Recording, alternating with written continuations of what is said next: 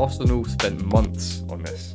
He was their #1 summer transfer target, negotiations with Aston Villa were planned, and personal terms were all but agreed. And then Chelsea came in and ended it in 24 hours. A £117 million agreement, a record for a British player. Arsenal absolutely embarrassed and blindsided. That is the single most aggressive move. Not the hijack itself, but the signals that something deeper at Chelsea has changed. It's not business as usual. So the question isn't whether £117 million for Morgan Rogers is a lot, because it definitely is. The real question is that does this signing prove Chelsea have finally found a recruitment model that wins titles? Let's set the scene properly. So Arsenal had spent months building terms with Aston Villa. Rogers was flagged as Arteta's top target pre-summer. They had met. Arteta was convinced that he wanted Rogers. And the feel around Arsenal was that Rogers would be signing for them. Once England were knocked out of the World Cup on the Wednesday night, there were apparently meetings planned for the next week, starting on the Monday, for Arsenal to negotiate with Villa for a price. But on the Saturday, Chelsea waited, acted, swooped in. There was negotiations owner to owner. Bedad Bali got the deal done in 24 hours, and it was right after the World Cup. Rogers played a bigger role for England than I once thought over the World Cup. He got the assist against Argentina in the semi-final and started in the 6-4 bronze medal win over France. He played 45% of England's minutes. The fee itself is historic. £117 million, a new British record. It eclipsed the Elliot Anderson move by £1 million, beats Declan Rice's of £105 million, and beats Moises Caicedo's €116 million. And the funny part is Arteta would have found out like the rest of us. No prior warning. Arsenal publicly embarrassed. Hijack was executed cleanly. Chelsea won, Arsenal 0 before the season has even started. He's been given a 6-year contract with an option of a 7th. It's a long-term commitment, and Rogers is here for the long term. That would take him until he's 30 years old, so the peak of his career will be at Chelsea. But this isn't just a big signing, it represents a fundamental change in how Chelsea are recruiting. After Liam Rosenior was sacked, the statement said that the sporting directors were going to have a self-look at themselves, self-reflection, and find ways that they will improve. Cast your mind back 2 or 3 years when they came in, Chelsea's model was specifically under 21s players, mostly from overseas, with high ceilings at low prices with potential for profit or improving the first team, which sounds great on paper. Think about your Mudryk, Madueke, Badiashile, Gusto, Santos, Casadei, those types of players. Now the list of names I've just mentioned are pretty underwhelming. Some have given us profit, some have had decent runs in the first team, but Rogers is the opposite of those profiles. He's 23 years old, Premier League proven, physical, very physical, he's built like a striker. He's an English international and already delivering at the elite level. Last season's numbers at Aston Villa were not a fluke. He got 14 goals, 12 assists, 26 total in all competitions. And the season before was the same story, over 10 goals and assists. He's not a one-season wonder, his trajectory is pointing upwards. And it wasn't just the goals. His Europa League triumph with Villa, he was named the player of the tournament. He helped qualify for the Champions League and carried Villa in big moments. And don't forget that he's just stepped away from a team just qualifying for the Champions League to join Chelsea with no Europe at all. Progressively, he is elite. He's in the top 5% of attacking midfielders in Europe, 4 progressive carries per 90. He also has 2.1 successful take-ons per 90, but he's not a small diminutive forward. He's built like a number 9. He's 6'2". He's physically dominant.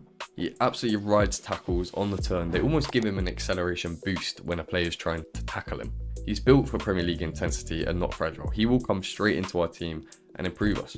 The sporting directors apparently identified him as the perfect player for ages, but this is a manager signing too. I think the sporting directors offered Xabi Alonso Rogers in his team, and he just said, get it done. Previous Chelsea signings have come from the hierarchy, ownership, sporting director driven, just given to the head coach. But no, the manager, Xabi Alonso, was heavily involved in this signing. He had a phone call with Rogers, reports say, and Rogers was convinced that Xabi Alonso is the man. To me, this seems like a structural shift at the club, actually proven rather than just words and briefs. What it signals to rivals and rival fans is that Chelsea are not going to be the meek little teenage team again. We're signing proper players. And there's one more element to this. Rodgers and Cole Palmer are close friends off the pitch. They're ex-Man City academy teammates, which will not only make them happy off the pitch, but on the pitch, their link-up is going to be a joy to watch. So let's talk about how he actually fits in the team. Alonso is mostly likely going to use a 3-4-2-1, or at least just a box midfield with the 2 attacking options as attacking 10s that just penetrate the half space. But Rodgers isn't a traditional number 10. He's a hybrid. He's a half space operator, not a deep playmaker. He can play in every single one of the 5 attacking lines. That's either wing, either half space, and the centre. But the left half space is his home and where he absolutely thrives. He can pick up the ball from deep, drive into the space. He'll power forward, he can arrive in the box and score, he can shoot from distance, he can pick a pass. And then with Palmer flanking him as on the right half space, who will cut inside on his left foot, the same structural logic. They won't get in the way of each other. It's more of a mirror image. If one drops deep, the other could run forward. I can see the pattern of play of Palmer dropping deep receiving, João Pedro dropping deep to lure a defender out, and Rodgers penetrating that back line. He can run onto passes, Rodgers 1v1, finish, goal. Teams have been able to almost like double team Palmer, just get really tight to him, don't give him any space at all. But if you do this, then that allows the other players, João Pedro and Rodgers, you can't allow them that much space. Defenders can't commit to Palmer without leaving Rodgers free in a channel. And then in transition, he's a nightmare to handle. Aston Villa played quite transitionally. He would pick up the ball in his own half sometimes and just drive the rest of the pitch.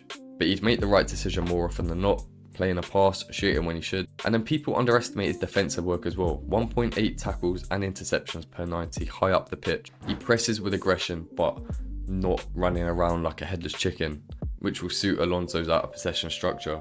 Alonso takes parts of German gegenpress to win the ball back high up the pitch, and Rodgers ticks every single box for everything that Alonso would want out of his left 10. Imagine Palmer as more of the artist, the beautiful, silky left foot, with Rodgers as the engine that would just absolutely run all day with lethal efficiency. It's efficiency. Rodgers is the perfect, most efficient footballer.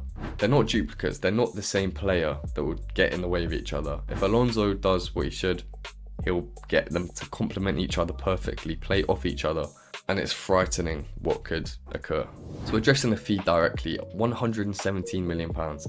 It needs context, not just shock and reactions. Elliot Anderson went for £116 million this summer. They paid that and set the benchmark for English midfield talent, or just young English talent. And Rodgers exceeds that profile. He's English, he's Premier League proven, he's homegrown, he's commercially usable as well. They all carry a premium when it comes to a cost, and there would be unavoidable inflation. That's just where the market is. Spurs have been signing Tonali for 100 million, was it? Mateus Fernandes for 85, I think. They signed Van Heck, who had a year in his contract, for like £55 million. They're just panic buying because they had such a bad season last year and has destroyed the market for everyone else. Then there's the payment structure. Middlesbrough had a sell-on clause. Man City might have had something too. So Villa would have asked for more money because they want more money themselves. Because if you think about it, 20% is going to Middlesbrough. Villa are going to pocket about £83-85 million, which when you think about that, it's a bit more manageable. It was always going to cost a lot to sign Rodgers. Arsenal apparently were maxing out £100 million, but Chelsea saw so many attributes that they were targeting that Rodgers had, that they just felt that they had to get him, as this sort of opportunity doesn't come up a lot. So why did Rodgers choose Chelsea over Arsenal? There is quite a few reasons that need unpacking. On paper, he just signed for a 10th place team who are going into an unknown new manager's era over the team that just won the Premier League, got to the Champions League final, have a manager that's been in the dugout for years at this point and has built what he wanted. But Alonso's pitch was specific. It wasn't a vague project. He must have absolutely said, I want you to do this, with a clear starting role guaranteed. Rodgers would have fit into the Arsenal structure, offered more depth, but at Chelsea, he is our attack. The Palmer factor is real too. He's got friend Reece James is in the England team with him. And at the end of the day, I would rather spend £117 million on one player in Morgan Rodgers, as long as it's Morgan Rodgers, and spread the same amount on 3 or 4 players who all under-deliver and look like an absolute waste of money.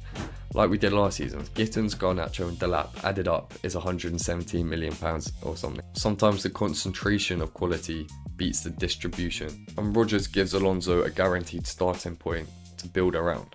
Some counterpoints though: one serious injury or a dip in form and that fee becomes very difficult to justify. But no transfer is zero risk. He's still yet to play in the Champions League, won't next season, but hopefully will in the 27-28 campaign.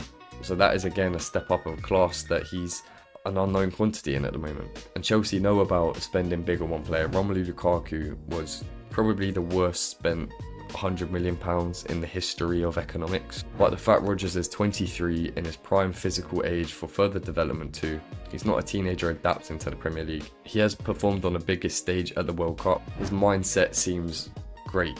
And if Xabi Alonso is signing off on his transfer, that just makes me understand that he's got plans for him, and I'm not too worried about the price. It's not my money at the end of the day either. But this transfer does seem like a philosophical shift in Chelsea's recruitment. I think it's different to the Caicedo and Enzo transfers, even though they were of a similar price point. The Enzo transfer was at the very start of the sporting director's control at Chelsea, and I think Torboli was involved in that transfer. He's got nothing to do with Chelsea really at the top anymore. You could compare it with Caicedo, but Caicedo was a bit younger. There was quite a bit of unknown still with Caicedo, even though we know now that he is one of the best midfielders in the world on this day.